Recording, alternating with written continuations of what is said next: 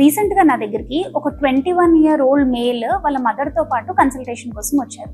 Hair fall ప్రాబ్లంతో అనమాట. So తనకి ఎగ్జామిన్ చేసి చూడగా ఆల్మోస్ట్ grade 4 బ్యాల్నెస్లో ఉన్నాడు. అంటే ఆల్మోస్ట్ ఇక్కడంతా థిన్నింగ్ ఉంది, వర్టెక్స్ ఏరియాలో కూడా థిన్నింగ్ అనేది ఉంది.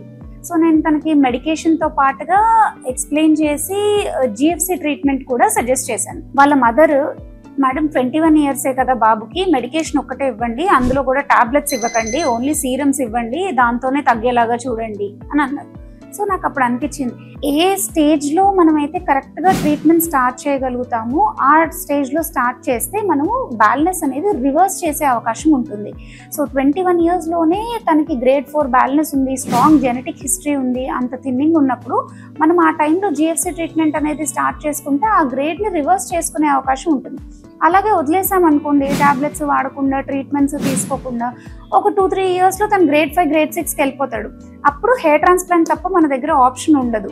సో న్యాచురల్ వేలో మనకి బ్యాలెన్స్ని రివర్స్ చేసుకోవటానికి మెడికేషన్ యూజ్ చేయడమే కాదు, కరెక్ట్ టైంలో ట్రీట్మెంట్ స్టార్ట్ చేయడం కూడా ఇంపార్టెంట్.